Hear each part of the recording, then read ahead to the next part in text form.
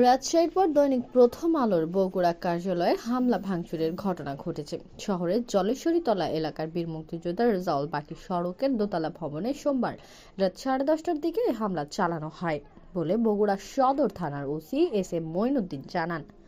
Police বলেছে 8টি মোটরসাইকেলে এসে হামলাকারীরা এই হামলা চালায়। সঙ্গে করে আনা ব্যাগ ভর্তি পাথরের টুকরা নিক্ষেপ করে প্রথম আলোর কার্যালয় ভাঙচুর করে। হামলার আশঙ্কার কথা জানিয়ে এবং নিজের নিরাপত্তা চেয়ে পুলিশকে জানানো হলেও তারা নিরাপত্তার জন্য কোনো ব্যবস্থা গ্রহণ করেনি বলে অভিযোগ করেছেন প্রথম আলোর বগুড়ার নিজস্ব প্রতিবেদক আনোয়ার পারভেজ।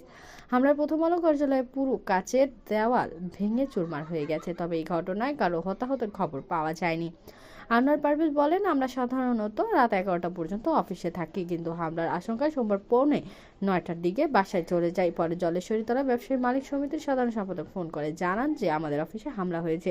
সঙ্গে সঙ্গে আমরা ছুটে যাই। হামলাকারীদের শনাক্ত করতে রাতে সিসিটিভি ক্যামেরা ভিডিও সংগ্রহ করেছে পুলিশ। সেখানে দেখা গেছে সোমবার রাত 10টা 33 মিনিটে 8টি মোটরসাইকেলে প্রায় 22 থেকে 24 জন ব্যক্তি প্রথম আলো কার্যালয়ের সামনে এসে থামেন। মোটরসাইকেল থেকে নেমেই তারা কার্যালয় লক্ষ্য করে বড় বড় পাথরের টুকরো ছুটতে থাকেন। তাদের প্রত্যেকের মুখে মাস্ক পরা ছিল।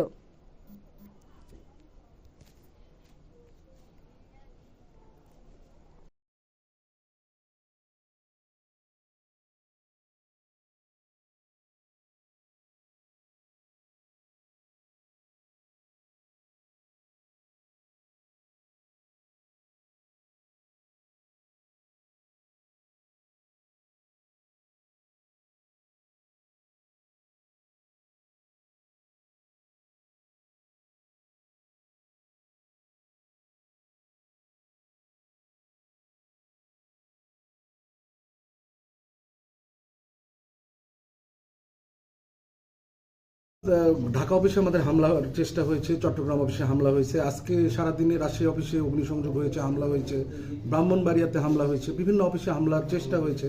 তো আমি আসলে গতকাল থেকেই বগুড়া অফিসে হামলার একটা আশঙ্কা করছিলাম, আমরা আতঙ্কে ভুগছিলাম, নিরাপত্তাহীনতায় ভুগছিলাম। এই কারণে আমি পুলিশ সুপার এবং সদর থানার ভারপ্রাপ্ত কর্মকর্তা দুজনকেই অবগত করেছিলাম, হোয়াটসঅ্যাপে মেসেজ দিয়ে রেখেছিলাম রাতে। এবং আজকে দুপুরবেলা পুলিশ সুপারের সঙ্গে আমার কথা হয়, উনি রাজশাহীতে ওনাদের ডিপার্টমেন্টের মিটিংয়ে ছিলেন। তো ওনাকে আমি বললাম, ভাই সারা দেশে তো এরকম ঘটতেছে, তো আমাদের তো একটু নিরাপত্তার বিষয়টা একটু দেখতে হবে। তো উনি বললেন যে দেখব। আর যখন আমি দেখলাম যে আমরা সাধারণত বগুড়া অফিসের যে কার্যক্রম সকাল 10টা থেকে রাত 10টা পর্যন্ত আমাদের অফিস টাইম, কিন্তু আমি অনেক সময় 11টা পর্যন্ত থাকি। কী কারণে? যে অনলাইনে আমাদের নিউজের চাপ থাকে, বরাবরই আমি 11টা 11:30টায় বের হয়ে যাই।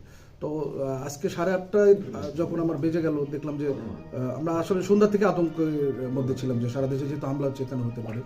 তো আমি সদর থানার ভারপ্রাপ্ত কর্মকর্তাকে ফোন দিলাম যে, আর এর মধ্যে সারাদিনে অসংখ্য শুভাকাঙ্ক্ষী সহকর্মীরা আমাকে ফোন দিচ্ছিল যে আজকে না থাকাই ভালো, সারা দেশে হামলা হচ্ছে। তো ওসিকে আমি জিজ্ঞাসা করলাম, ভাই আমি কি করবো? তো ওসি বললো, ভাই আমরা তো সদর থানা বেশ দূরে আপনার অফিস থেকে, তো এখান থেকে যেতে যেতে আপনি আক্রান্ত হতে পারেন, তো আজকের দিনটা অন্তত আপনি বাসায় যান, এরপর আমরা কালকে থেকে দেখবো। তো আমি আসলে 8:45টায় অফিস থেকে বের হয়ে গেছি।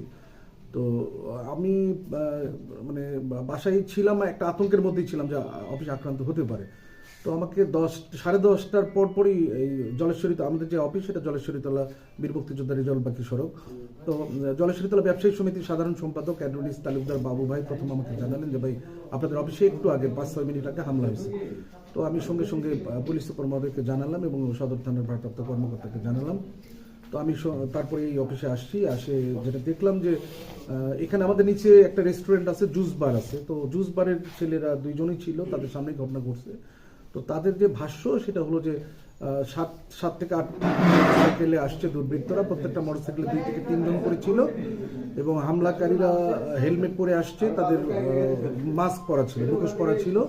তারা ব্যাগে করে পাথর নিয়ে আসছে, বাইরে থেকেই তারা পাথর ছুটছে অফিসকে লক্ষ্য করে। অফিসে আমাদের, আপনারা দেখছেন যে আমাদের অফিসের যে রেজাউল বাকি সড়কের যে পার্টটা, এটা পুরো একটা গ্লাস দিয়ে প্রোটেকশন, 10 mm গ্লাস, এবং সেই গ্লাসের 30 ফিট বাই 10 ফিট, প্রস্থ হলো 10 ফিট আর দৈর্ঘ্য 30 ফিট। তো এই মোটা গ্লাসটা কিন্তু তারা পাথর ছুঁড়ে গোটাটাই ভাঙচুর করেছে। আর আমাদের যে ডিজিটাল সাইনবোর্ড সেটারও এরকমই হবে, 25 ফিটের মতো দৈর্ঘ্য, সেটাও পুরোটাই ভেঙে ফেলছে। তো ভিতরে আমরা আসলে, যেহেতু সহকর্মীরা কেউ ছিল না, আমার কেউ আক্রান্ত হয়নি, আমরা হামলা মানে আতঙ্কে আমরা আগে থেকেই বাইরে ছিলাম। তো ভিতরে আর তেমন আমরা ক্ষয়ক্ষতি লক্ষ্য করছি না, শুধু ওই গ্লাস এবং ডিজিটাল যে সাইনবোর্ড এইটাই ক্ষয়ক্ষতি হয়েছে। আপনি পুলিশের কাছে যে নিরাপত্তা চেয়েছিলেন তারপরেও আপনি সহযোগিতা না, আসলে আমি যে পুলিশের কাছে নিরাপত্তা চেয়েছি এটা কিন্তু ফর্মাল না। আমি হোয়াটসঅ্যাপে তাদেরকে অবগত করেছিলাম, তারা হয়তো ফর্মালি চাইছে যে লিখিতভাবে তাদেরকে যেভাবে মানে বিচার প্রার্থীরা যেভাবে আবেদন করে সেভাবে আবেদন করার লাগতো, আমার মেবি আমার মনে হয়েছে। তারা আসলে আমাদের কোনো সহযোগিতাও করেনি, নিরাপত্তার জন্য কোনো ব্যবস্থাও নেয়নি। তো এখন পুলিশ সুপারের সঙ্গে একটু আগে কথা হলো, তো উনি বললেন যে